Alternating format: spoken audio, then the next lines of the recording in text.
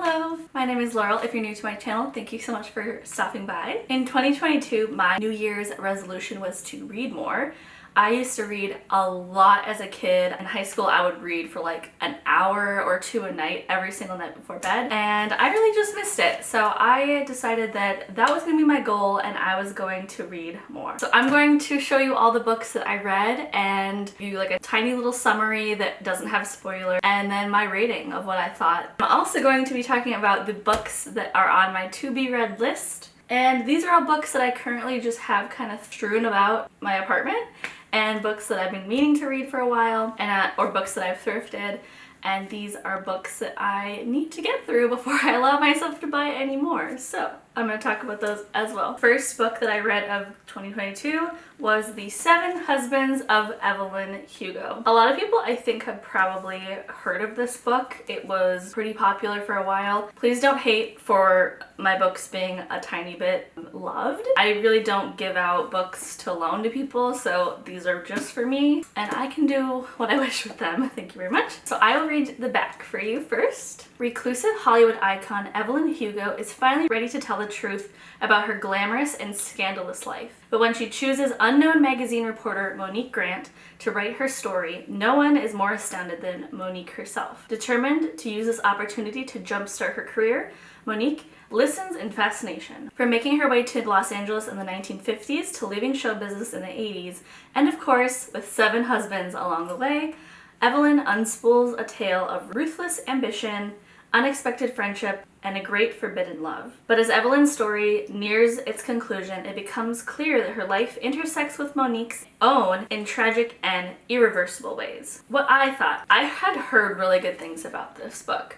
So basically, it starts off with Monique, who is the main character, and then she meets up with Evelyn, who is the Hollywood icon, and she's recounting her life to her. So it kind of goes back and forth between current day Monique's perspective and then essentially Evelyn telling her own story to Monique. I wasn't the biggest fan of the character of Monique. I was just kind of like, meh, she's okay. She's just kind of like a storytelling device in my opinion. I did like Evelyn's character. I liked that she was both likable and unlikable at the same time. I liked the twists in here. There's like one pretty big twist that, again, no spoilers, that I thought was really sweet, because it goes through all of these husbands that she has and you're like, okay, well, the kind of overarching question is, so who did she love the most? Who was the husband that she loved the most? This isn't a spoiler, you learn about it early in the book, but Evelyn does have a daughter, so you want to know, okay, who does she have the daughter with? I don't know, there's a little bit of spice in here,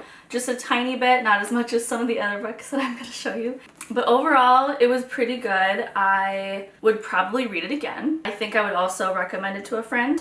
I think my favorite parts were kind of the like scandalous relationshipy parts, and just how Evelyn keen to get to the top and what she kind of did to get to the top. I liked all of that. I just didn't really care about the Monique character personally. And there is a twist at the end. I liked the twist, but I also thought that the twist was a little like, what?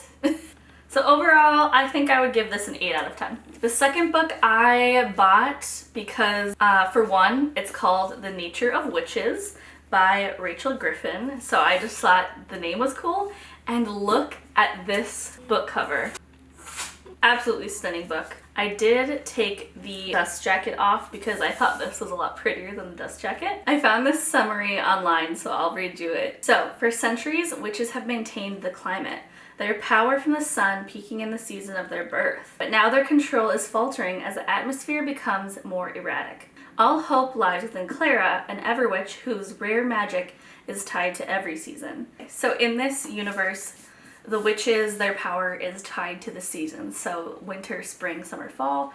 And the main character, Clara, is an Everwitch, so she can actually influence all of the seasons all year long. And so there's a little bit of a romance. Another like witch comes into it, and he has kind of like botanical kind of powers, and I really liked his character a lot. I thought he was really sweet. There's moments of like little black cats being kind of like the familiar of the witches. It kind of starts out with Clara not really accepting that she is an Everwitch, and she really doesn't want anything to do with her powers, and is even planning to try to get rid of her powers altogether, which I thought was really interesting. It feels like there's a lot of pressure on her to like essentially like save the world with this power. Her power is so powerful that it can hurt other people, especially those that are closest to her. And so she kind of starts falling for this other guy, and they kind of train together. So it's a little bit of like enemies to lovers, but not really enemies to lovers. But I really liked their relationship and I thought it was really sweet. But I thought it was really unique, and I really liked how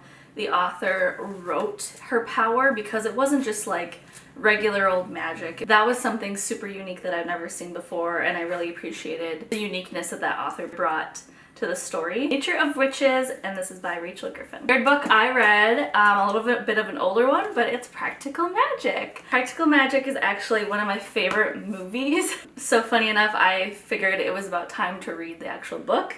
If you've seen the movie, the book is actually quite different than the movie. It follows kind of the general plot line for the most part, but weirdly enough, Sally and Jillian are, again, the main two characters. Their two personalities are pretty much the same as they are in the movie. So Sally's more of a caregiver, responsible, and Jillian is the crazy sister that's going off and not responsible, kind of like effing up her life a little bit. But surprisingly enough, it focuses a lot more on Sally's daughters. And funny enough, the daughters are switched. Kylie and Antonia.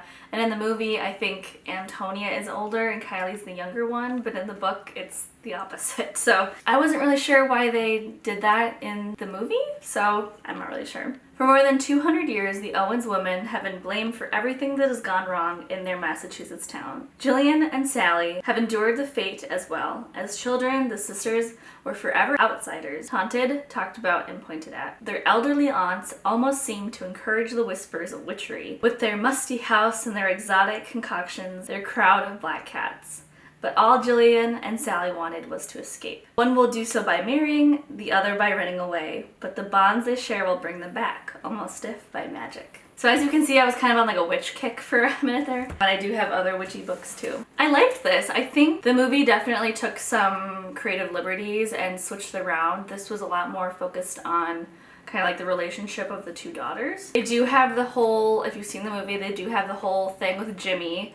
So Jimmy is in here. The aunts are in here, but I don't remember the aunts being as much of a main character. And also their house, like the aunt's house, is depicted as like way more of like a haunted Victorian, which I think would have been a little bit cooler to see in the movie, but I do love that house in the movie. I think because I had seen the movie first and the movie is like so dear to my heart, that this was like kind of throwing me for a loop a little bit. Otherwise, I think I would give it, I think overall I would give this like maybe a 7.5 or 8 out of 10. Overall, very good. Once I finished Practical Magic, I was debating between two different series, and I ended up landing on none other than this guy. If you've been on Book Talk or you like any kind of fantasy, you know exactly what this book is. This is A Court of Thorns and Roses by Sarah J. Maas? I'm not really sure. I think it's Maas. When 19-year-old huntress Feyre kills a wolf in the woods, a terrifying creature arrives to demand retribution. Dragged into treacherous magical land that was only about from legends, Feyre discovers that her captor is not truly a beast, but one of the lethal, immortal fairies that once ruled her world. At least he's not a beast all the time. She adapts to her new home. Her feelings to the fairy, Tamlin, transform from icy hostility into fiery passion that burns through every lie she's been told about the beautiful, dangerous world of the Fae. But something is not right in the fairy lands. An ancient, wicked shadow is growing, and Feyre must find a way to stop it or doom Tamlin and his world forever. This book, when I tell you, I could think about nothing but this book every day. I think I read this in like 3 days. Like, it's not even bent up or anything. It's still in perfect condition because I read it so quickly.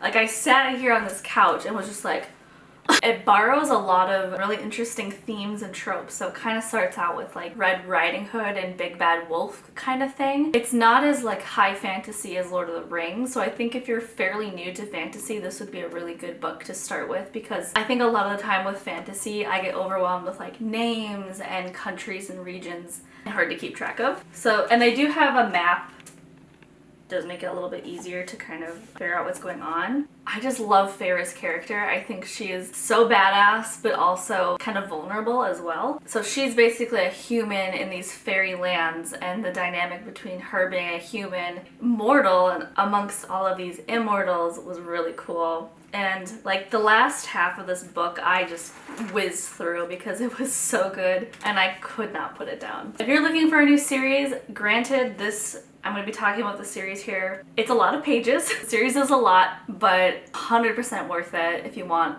a really good fantasy book without it being like too fantasy. Like it's very real world feeling, if that makes sense. And then again in this series is Court of Mist and Fury. Between the first one and this one, I think are probably my favorite in the whole series. There's 5 in the series right now, and I think the author might be writing a 6th one, I'm hoping. So this one, I'm not going to give any spoilers, but this one's like more enemies to lovers tropes. The whole series is very enemies to lovers, which is like my favorite trope. And this one, funny enough, actually plays off of the Hades and Persephone myth. So if you know anything about that myth, keep that in mind when you're reading this and you'll be like, oh my gosh, it's literally like Hades and Persephone. I really, really loved this book. You meet a few more characters in this book and it starts to shift because you think you know what's happening in this one. You start to realize that there's more, and you get to learn more about what's really going on in this one.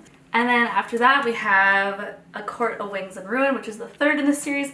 And again, these are big books. Like 600 pages, almost 700 pages. In this book, Feyre has 2 sisters, and they do come back in this book, which I thought was great. So it's not really a spoiler, they come back. So in the last like 20-ish pages or so, I was sweating, staying up so late reading this because I couldn't put it down and I didn't know what was happening, and it was like literally the climax of the book was in the last couple pages, which cliffhanger, oh my gosh. And I loved this book so much. A Court of Wings and Ruin, again by the same author. Give too much away again.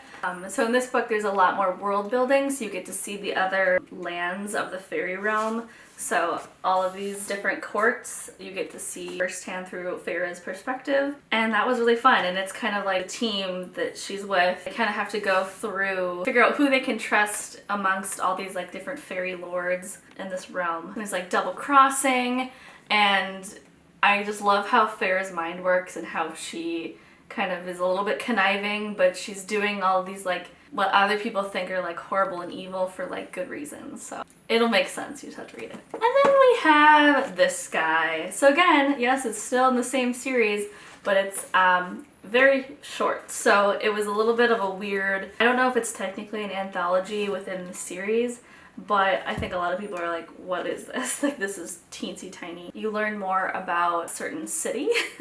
You learn more about Feyre's trauma and how she's dealing with the trauma and how she's healing. It wasn't a lot of like plot driven things. It was kind of just like a look in the universe, which was kind of cool, but I also wanted the plot to kind of go forward a little bit more. And I realize I'm not rating these either. This one, like 11 out of 10, 20 out of 10, 13 out of 10. This one, like 8 or 9 out of 10.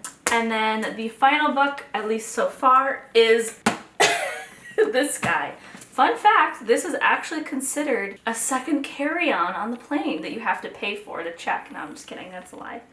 She's Thick was kind of, again, this series is very odd because you think it's gonna go one way and then it just kind of like burp the other way. This is not in the main character Feyre's perspective. It's actually in the perspective of one of her sisters. So again, a very different storyline.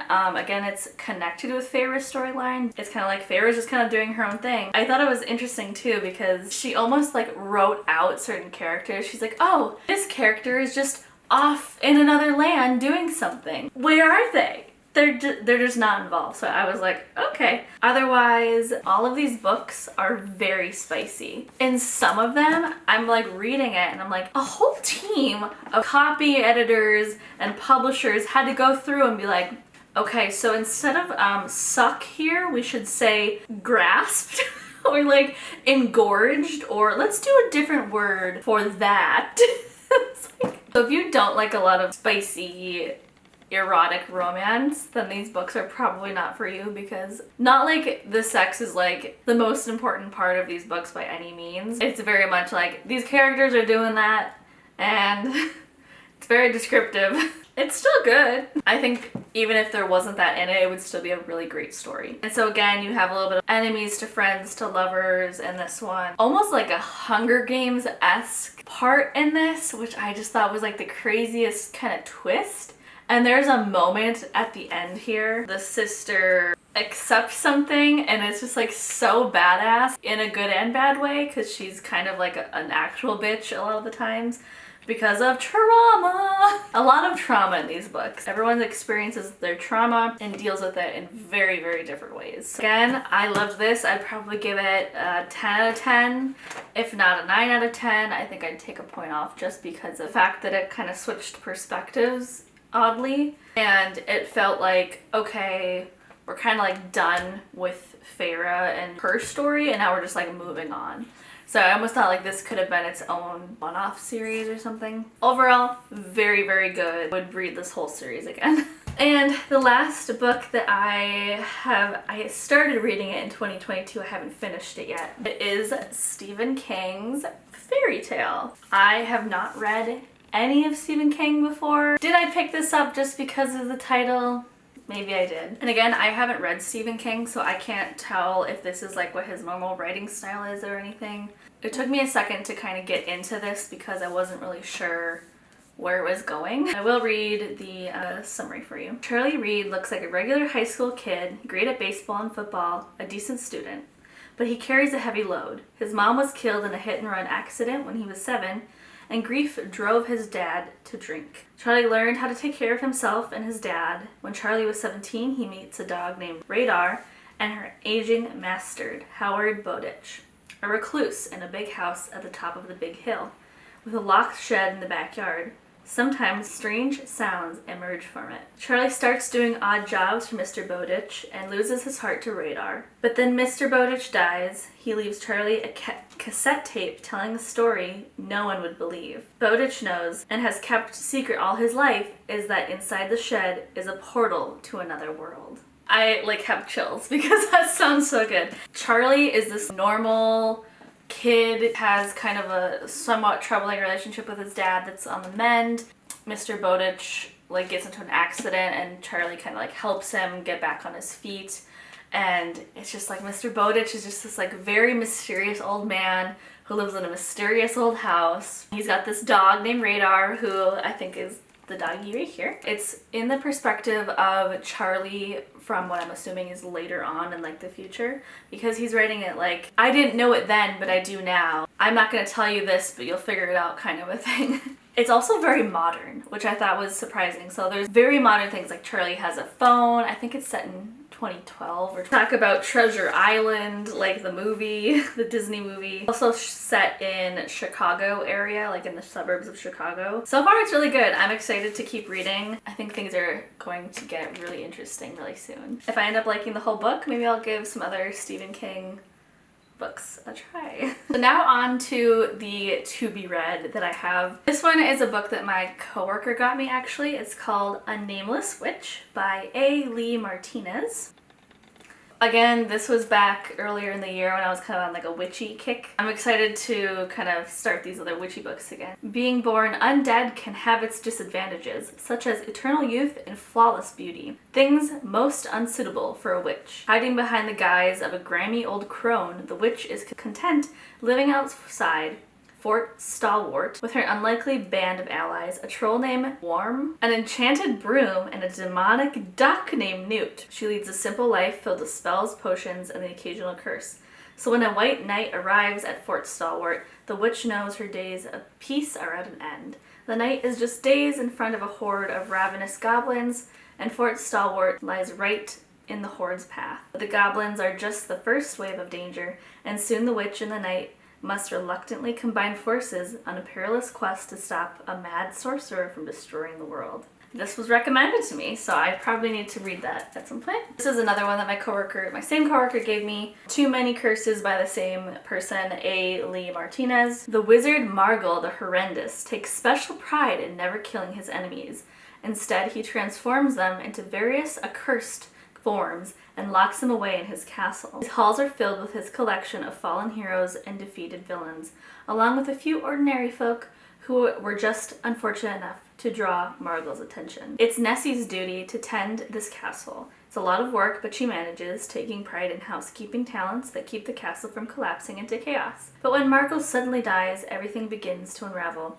Nessie finds herself surrounded by monsters, curses, a door that should never be opened, and one very deadly dark wizardess. Nessie doesn't have might or magic on her side. She's just a kobold, short, furry, and sensible. Her allies aren't much better: a voice without a body, an angry fruit bat, a monster under her bed, a wizard in a jar, or some of him anyway, and a one-eyed, one-horned, flying purple people eater. It would be smarter to walk away, but taking care of the castle is Nessie's job, and that's what she intends to do. If only she could find time to polish the silver while beating back the forces of darkness. So it sounds kind of like fun and quippy and just like kind of silly and just like a fun read.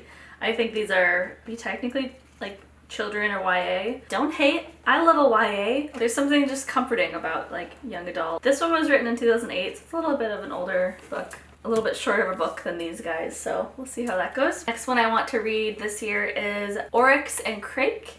This is by Margaret Atwood, and Margaret Atwood also wrote The Handmaid's Tale, which I read from her, and I really liked The Handmaid's Tale. It says it's part of the trilogy. I'm trying to focus on mostly novels right now because I got sucked into this freaking series of thousands of pages. So it says Oryx and Crake, the first book of the Mad Adam trilogy, is at once an unforgettable love story and a compelling vision of the future. Snowman, known as Jimmy before mankind was overwhelmed by a plague, is struggling to survive in a world where he may be the last human, mourning the loss of his best friend, Crake, and the beautiful, elusive Oryx, whom they both loved. In search of answers, Snowman embarks on a journey with the help of green-eyed children of Crake through the lush wilderness that was so recently a great city, until powerful corruptions took mankind on an uncontrolled genetic engineering ride.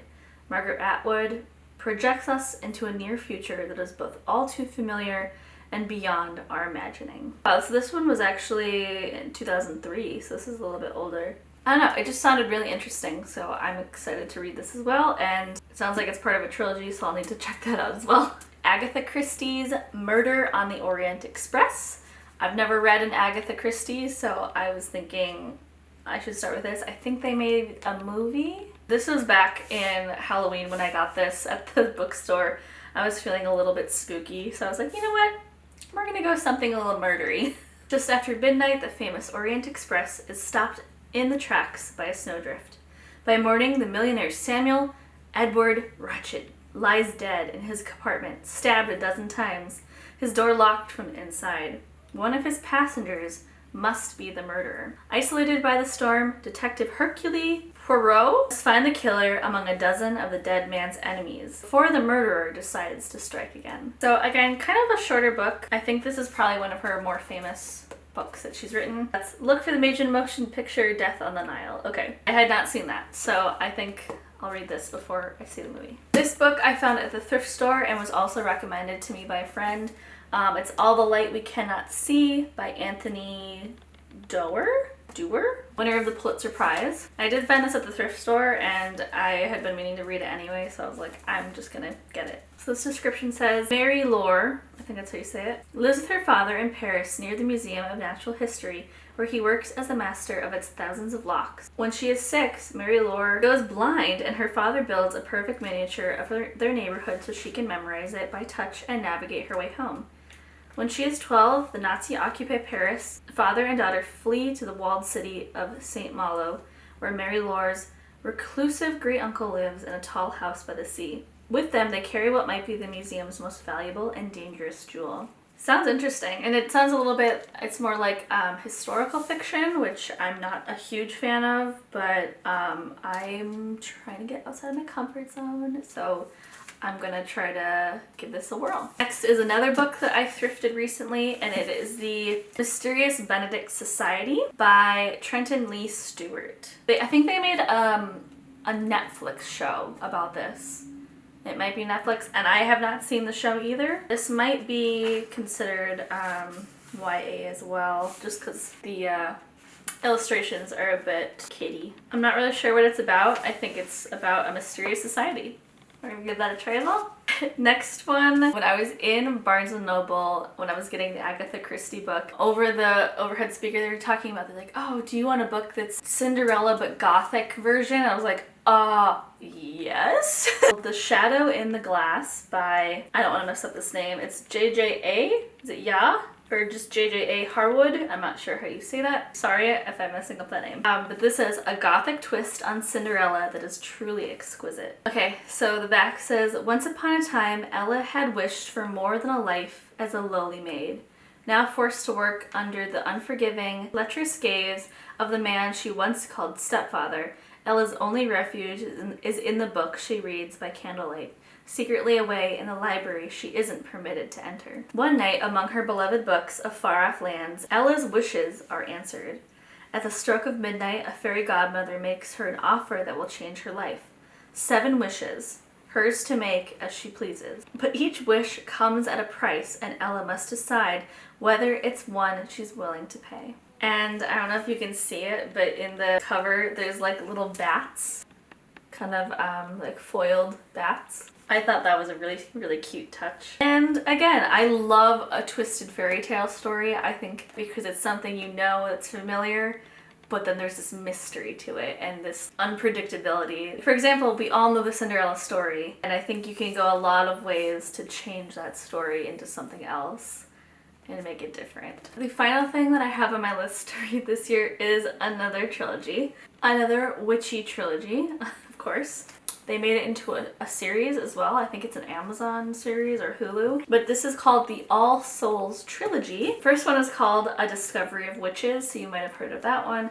Second one is Shadow of Night, and the third one is Book of Life, and I did get the whole series. It's the first one. It's called A Discovery of Witches. It's a New York Times bestseller. I'm really excited to read these, so I'll read you the first one. Deep in the heart of Oxford's Bodleian Library, Diana Bishop, a young scholar and the descendant of witches, unearths an enchanted alchemy manuscript. Wanting nothing to do with sorcery, she banishes the book to the stacks, but her discovery has set a fantastical underworld stirring, and soon a horde of demons, witches, and other creatures descend upon the library. Among them is an enigmatic Matthew Claremont, a vampire with a keen interest in the book. Equal parts history and magic, romance and suspense, A Discovery of Witches is a mesmerizing and addictive tale of passion, obsession that reveals the closely guarded secrets of an enchanted world. Again, that sounds perfect and right up my alley. And these covers are just absolutely gorgeous.